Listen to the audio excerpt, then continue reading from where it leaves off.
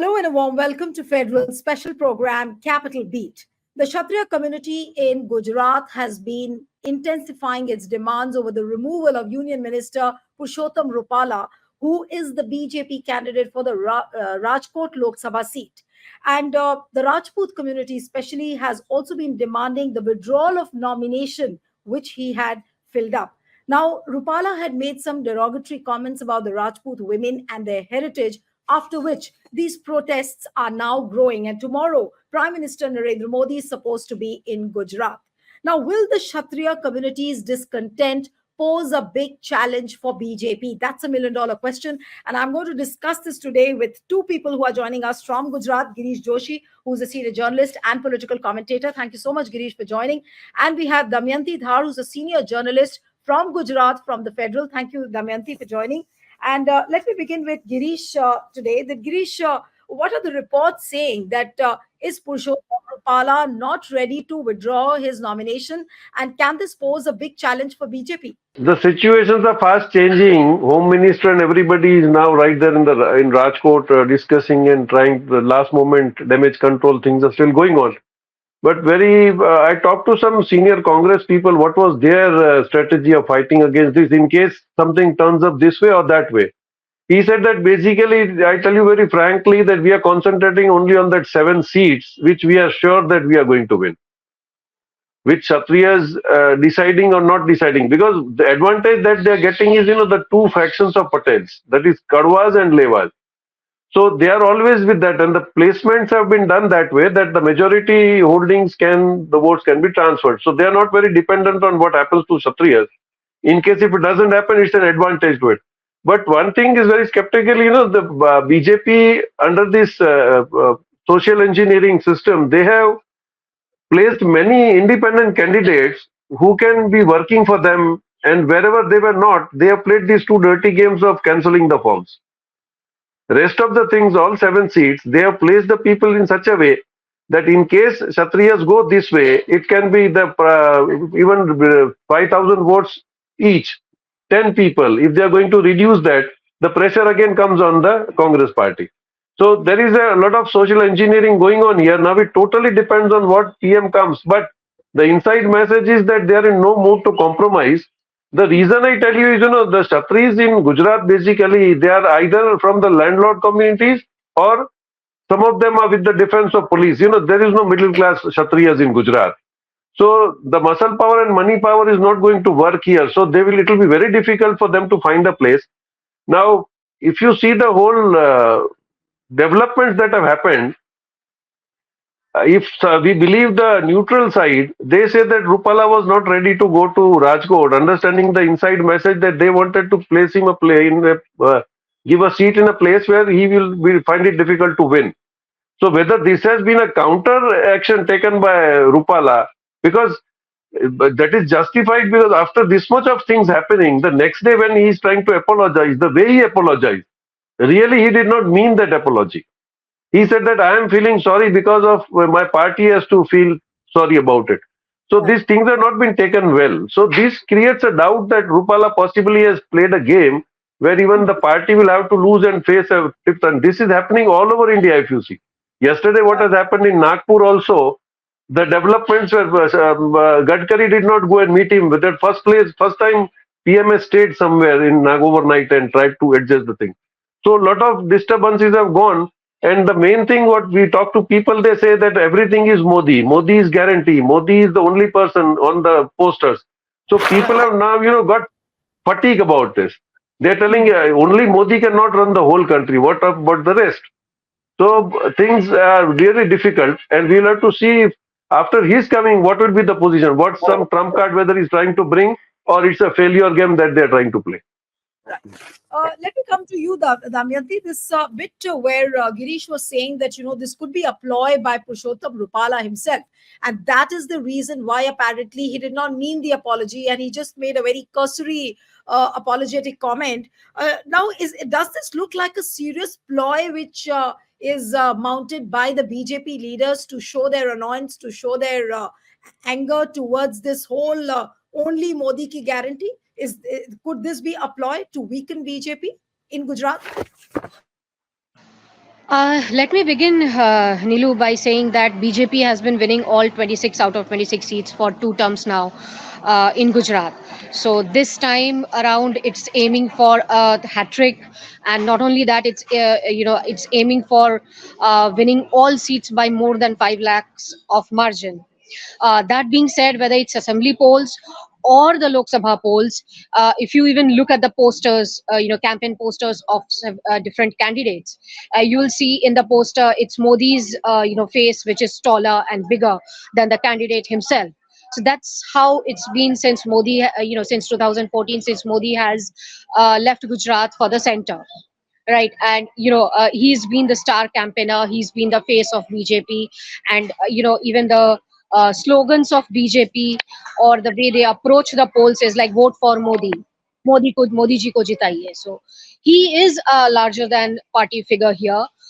Whether or not it's liked by everybody, all the taller leaders, uh, that will be something, I guess, since it is BJP and it's known for its cadre based disciplined party, a little difficult and early to comment at this stage. But yes, Rupala did apologize once, not once, but more than once. His apology was not definitely not received well, as Girishji rightly said. Uh, other than that, this situation is again, is every day fast developing. Tomorrow Modi is in state, so everybody is looking up at Modi as their ultimate, the Brahmastra, last problem solver kind of a, person and situation, as he has always been. Uh, yeah, about that's about it for now. And but tomorrow also, what I have heard is the Rajputs are also planning strong statewide protest after their show of strength in Rajput, where about 1 lakh people had gathered. But let me also tell you, in terms of, we witnessed something like this, in Gujarat in 2016-17, when the Patidars were the core, vote bank of BJP, who went against, came down on the street to protest. But this is different, the Darbars or the Kshatriyas are not as economically or politically, rather more as powerful as the Patels. So the impact on the party or on the polls might not be same as the Patel agitation. That's the last agitation we have seen, caste-based agitation we have seen against BJP. All right. Girishji, now we were seeing visuals of, BJP leaders being hooted at, and if they are going and attending the campaigns, the Kshatriyas, the community, the people from the Kshatriya community, they are going and, surrounding these BJP leaders and just hooting them out of the stage. Now, do you think that this protest really has the same potential like what happened with the Patidar agitation, and it could grow in the coming days, because we don't see any signs of relenting as far as the Kshatriya community is concerned? No, Nilu, because of the new police order that, it's 144, they cannot gather and they cannot have this black flags and protest and something. So this is a small, and wherever the, central minister or a very powerful figure of BJP comes, they are protesting. Only thing is to send the message across that, they have not given up. Because there are, dirty things going on. The BJP sponsored networks have started telling that they have settled. They have told that, okay, we'll vote for a very capable man. If they post some Rajput there instead of Rupala, we'll vote. So all kinds of gimmicks is going on. So to clear the air, these people have also started answering strategy that, they will just go and in a small way and protest. So let them police go and pick up. The problem here is again, that this community is not that which you can just fear them out. It's not Adivasis or Baniyas, those children would get worried of. Because these people are very strong that way. And their problem is here, because they're being landlords, it's not only Rajputs they have along with them. There are a lot of other smaller communities with them. There are Adivasis with them. And they have been obliging and they have been controlling like APMCs and Panchayat and everything. So once Panchayat and everything is with them, unless the reserved category, most of the Panchayats are being, because they have been taken as Bapus, they are the owners of the village like. So that tradition still goes on. So now of late, BJP does realize that they have done a blunder, but now how far they can damage control this will definitely do. But as many people we have talked, they told that Modi will not have anything out of the blue when he comes tomorrow. Now let us see if really he has some unique idea to come out. Otherwise, this is gone. Right. But two questions, Damayanti. First, is there a possibility that Rupala will withdraw his nomination? That is question number one. And question number two, which I wanted to ask you, was that is really BJP on the back foot on certain seats because of the alliance of Congress and Aam Aadmi Party? And will BJP be able to repeat this hat trick which they acquired in 2014 and 2019? So yes, first thing we have to observe here is that April 19th was the last date of nomination filing, and Rupala did file his nomination, but so did couple of independent dummy candidates, as Girishji had pointed out, and also Mohan Kundaria. He also did file his candidature as a dummy candidate from Rajkot seat. Now, Mohan Kundaria is a Rajput candidate, and he has been sitting MP from Rajput and has been dropped this time by the BJP to field Rupala from the seat. That polemics is there. And if you talk about the caste calculations, not although it's been quite some time now, but we have to remember the calm policy of the Congress of that the winning social calculation of Congress that won them 149 seats, that basically comprised of Kshatriyas, who are up in arms against BJP today, Adivasi, Harijan, and Muslims. Amongst them, Congress's vote bank still has been within the Adivasis, Harijan, which is the Dalits, and Muslims. Until 2022, where when the Kshatriya community, who are majorly spread across the coastal Saurashtra region in Gujarat, kind of voted in favor of BJP, they have been more loyal to Congress than BJP. And again, if you consider the candidature of Rupala, he's a Patel, right? He's a Patel candidate from a constituency that has Patels, Kshatriyas, and Koli Patels, as the primary three major electoral patterns. Damayanti, if Rupala withdraws his candidature, then that will Right. again anger the Patel community or the Patidar community. Yes, exactly. I was coming to that. So if BJP kind of takes any action whatsoever against Rupala, it angers the Patel community. If they doesn't, they are in line in direct in line of fire against with the Rajputs in the in the state. So Modi will really have to pull out some magic tomorrow this time. So let's see. Yeah, we all wait for Modi. Gujarat always waits for Modi. So yeah, But let's see what he does. right. But Girish, is this not a double-edged sword for BJP? If Rupala withdraws the nomination, he angers the Patels and the Patidar community. If he doesn't withdraw his nomination, then obviously the Kshatriyas will intensify the protest, and this Kshatriya protest could have which is already visible. It's having a spillover effect across the country. See in Uttar Pradesh, see in Rajasthan. So what is happening? So I mean, is this a very, very tricky situation for BJP in Gujarat? It is. But given, if there was a choice between the Kshatriyas and Patels, BJP would definitely choose Patels because they are population-wise, politically and economically, and has been, the loyal voters of BJP since it has formed the government. And we have all seen when Patels protested against actually went against BJP in 2016-17 with Hardik Patel leading the, Patel agitation. Anandi Bain had to, be quickly replaced with Vijay Rupani, and in 2017 assembly elections, they did not actually fare well. They did not even make a three-figure, number.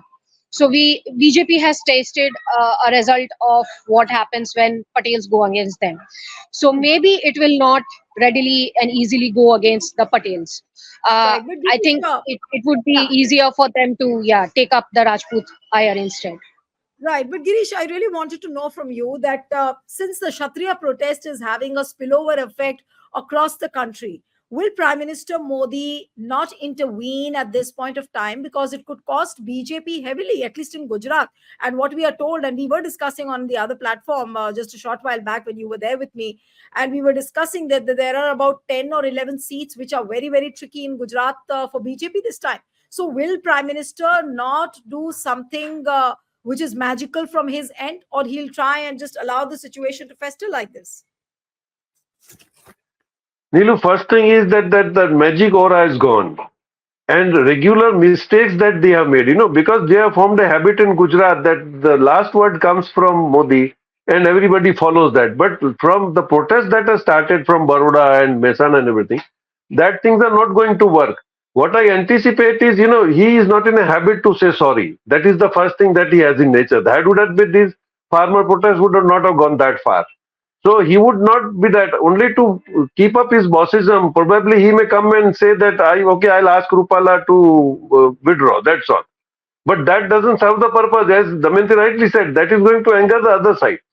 And the time when there was an agitation, they removed Anandiben unceremoniously. So possibly that factor still works. So and then suddenly, they have insulted Nitin Patel also. If you see this time, the smaller games that they tried to play is, he did not invite C.R. Patil when Home Minister came, and he was moving along with Nitin Patel. Now, little patch up that they are trying to do is not going to have a very vast impact on the whole polling scenario, you see. So this time possibly they have missed the bus. Now, whatever damage control they try to do is definitely going to have damage on the other side of the game. So changing the rules between the game, that habit that they had formed, that is now going to turn out very costly for the BJP government in Gujarat now. Right. But Damayanti, what about the reactions of the BJP leaders in the state? I'm talking about the CM.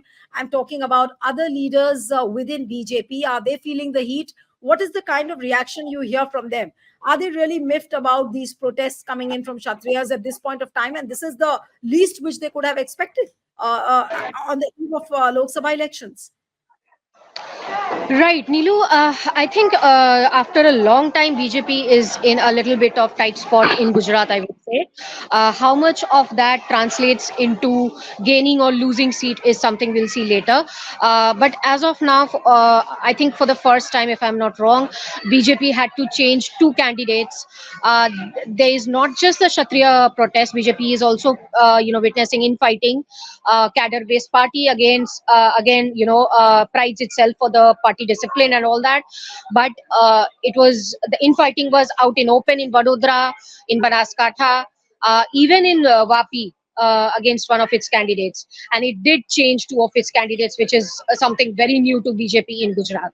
And as far as the Kshatriya protest is concerned, yes, a couple of leaders like the CM and the CR Patil did urge the community to, have a bigger heart and, be magnanimous and let it go and all that.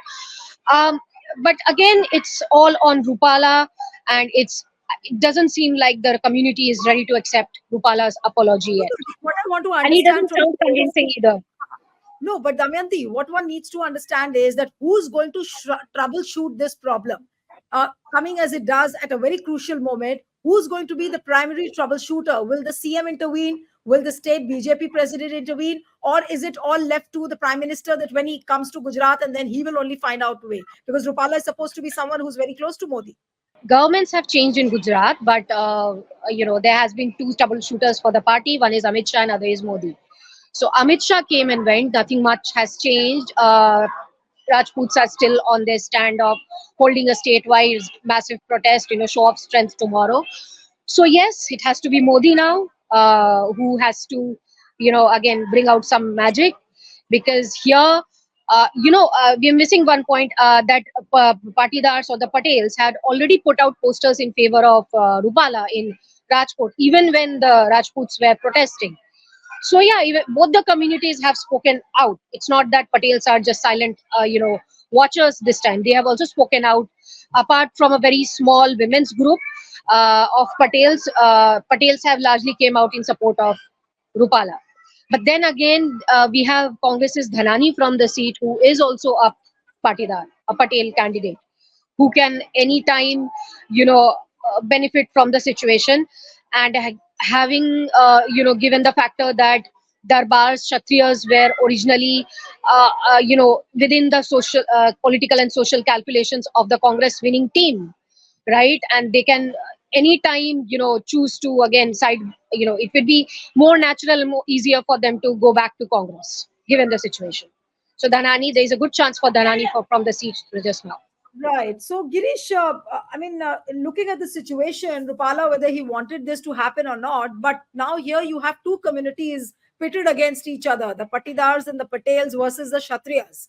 Now, is if nobody from BJP is intervening and trying to troubleshoot the situation, as what Damayanti said, that Amit Shah came and he went, and there was no solution to the problem, and we do not know what will happen if Prime Minister comes to Gujarat, and what if he doesn't intervene. So is BJP complacent with the fact that even if nobody intervenes, let the situation fester, but we will win 26 seats. So is that a feeling which BJP has? No, Nilu, I think if this is a larger conspiracy, I think Modi would not try to settle. The reason is, this is the difference. Even if he doesn't settle out, this Rupala is not going to win. Because if you see the caste chapter there, he is an Kadwa Patidar. So you are saying Rupala. So you are saying that Rajkot seat will not fall into BJP's kitty. BJP anyway is losing. No. Yes. Right. Because, they have got a very good big thing. Tomorrow they can buy anybody, whether he is going to BJP or going anywhere. So they are not worried for that. The arithmetic, if you see there, the difference is Kshatris and Dalits. If they shift to the Congress side, then it's a difference of only 70 to 70,000 votes. So Kadwas, Levas are not going to vote. If the Dhanani is there, all votes Leva will be shifted there. So in any situation also, even if he says, and if they want to get this bug out, and if they have made this game, ultimately win-win situation for Modi and Amit Shah. He either loses or he doesn't come, or he doesn't get. So things are done. So I don't think, whatever I understand from the geometry, that even if Rupala stands there, he is going to get defeated. The purpose is solved. Because Kshatriyas, last time, even if he has won, that is only because of Kshatriya votes. And if Kshatriya shift, Dalits will also shift. No, but Girish, so that is very obvious. Right. But given the fact that Gujarat is Prime Minister Modi's home state, Amit Shah's home state, now whatever happens in Gujarat could have a spillover effect on the BJP nationally in every state. I mean, I'm talking about the internal dynamics of BJP. Here you have leaders, who it seems are trying to defeat the party voluntarily or involuntarily. I don't know how to say it, but then the internal dynamics of BJP is playing out in the open. And if it's coming from Gujarat and it's having a spillover effect on the entire country, what is the kind of impact you see on BJP in the coming days then? How much is the risk? Risk is about 1.5 months. If they come back, they can manage Gujarat anyhow. And if they don't, it doesn't matter. It's very clear, because they have got many more subjects to be taken care of all over India, rather than being here or losing 2 seats. Immediately after, if they come to the center, they will buy back the seats, and again they are 26. There is nothing to bother. So I don't think it's such a serious issue for them looking into the national perspective. And he won't be that. Only thing, he will come and try and do his best till the last. He may say sorry, or he may say, but I don't think, I still understand that whatever arithmetic that I understand and what Congress people say, that anyhow Rupala is losing there. So I don't think he will be very serious about it. Possibly he may not even come, or he may change the program. I think so. Because still there is no security arrangement or any movement there. Normally 48 hours before PM coming, there a moment you can see, I checked up with Rajkot, there are no such still security movements there. Right. Okay, so one last question to Damayanti, that all these equations which are playing out in Gujarat, where is Congress, where is India Alliance? Does India Alliance, I'm talking about the equations between Aam Aadmi Party and Congress, do they look like to be in a revival mode, whether it is Congress or Aam Aadmi Party? Are they is there a possibility of them winning any seats this time? So yes, as per as the calculations go, we kind of would want to believe that there are 7 seats, where Congress and two seats, one seat, India Bloc, which is the Aam Aadmi Party. Congress is not fielding, so Aam Aadmi Party representing the India Bloc is contesting from two seats, Bhavnagar and Bharuch. From Bharuch, Chetar Vasawa has good chance. He's won the assembly poll. He's a sitting MLA from Dediapada. He's won the assembly poll. He's a first timer. He has got a good hold there, and recently he's been jailed over a case which is largely claimed to be false against him, that has made him into a cult hero from a political leader there, which actually goes in his favor. But then again, we have a three-time MP from there, Mansukh Mandviya of BJP. So yeah, still Chetar Vasawa has a good chance there. Another candidate from AAP representing India Bloc is in Bhavnagar, who will contest a first timer from BJP, a lady candidate, Neeluben Bambania. There again, two first timers, so we can't say much from there. Other than that, there is Paresh Dhanani, who's got a good chance. There is Banaskantha, which has a good chance. The Congress candidate there is strong. Now, whether or not it impacts BJP, as whether to lose 2 or 3 seats in Gujarat, most likely it wouldn't, rightly, as Girishji rightly has said. But for Congress, it would mean a lot, which has been losing election after election since 2017. It did a good comeback in 2017, and then it started losing MLAs and workers and party members to BJP in bulk, right? And it by the time it was time for 2022 assembly polls, Congress literally didn't have cadres for even the campaigns in certain seats, right? And then between 17 and 22, it went on losing local polls and civic polls and even the cooperatives, all of these which used to be Congress stronghold, rural sectors, cooperative sectors. BJP won the milk cooperative for the first time. So whether or not it means something for the BJP, it certainly would be a big deal for Congress cadres, leaders and workers here. A huge morale boosting for them, which they really need for about time now. Right. And even, I mean, Gujarat being a home state, even if they win one seat, that also Yeah. will be a big achievement in Gujarat. I'll tell So you, we'll if they don't win anything else, if they win Rajput, that would be huge, because it's not just, it's a prestige seat. It's a seat from where Modi contested first. So it's a prestige seat for BJP. If they don't win anything else and just win Rajkot, it would be huge. Absolutely. So we'll have to wait and watch. Prime Minister Narendra Modi will be in Gujarat, and we'll have to see how these protests are growing, and will BJP be able to contain these protests and troubleshoot at this crucial juncture when Lok Sabha elections are just around the corner. Thank you so much, Damayanti and Girish. It was wonderful having you on the program, and one appeal to the Thank viewers you. who are watching this discussion: subscribe to our channel, send us your feedback, and stay tuned to the Federal. Thank you.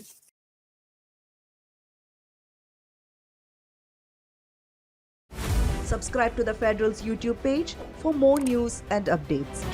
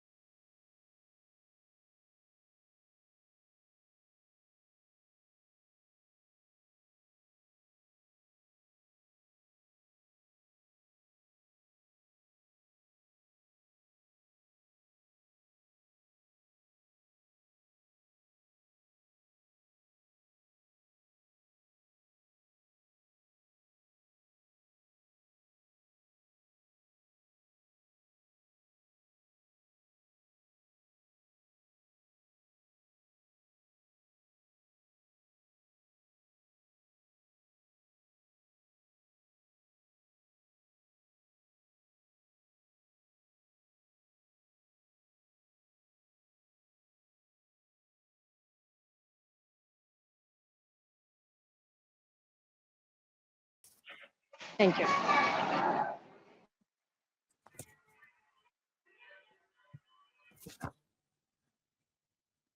Okay, Arun. So now we'll record the promo. Yeah, 1 minute. Huh? Yeah, 1 minute.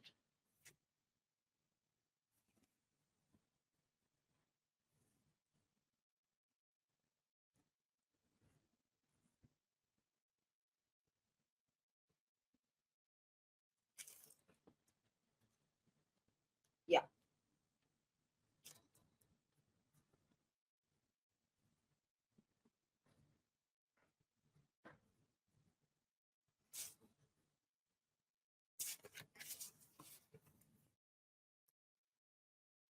Protests by the Kshatriya community in Gujarat is intensifying. Tomorrow, Prime Minister Narendra Modi will be in Gujarat, and the Kshatriya community or the Rajputs want Parshottam Rupala to withdraw his nomination. Now, what did Parshottam? Sorry.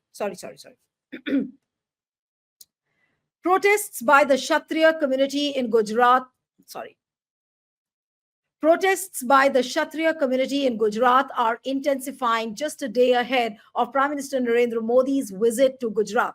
Kshatriya community is wanting Union Minister Parshottam Rupala to withdraw his nomination because of the derogatory comments he made about the Rajput women and their heritage. Now, this protest is growing louder day by day. And will this discontent pose a big challenge for BJP in Gujarat this time? Watch a riveting discussion with the experts only on The Federal. All right, I'm sending you the script quickly now.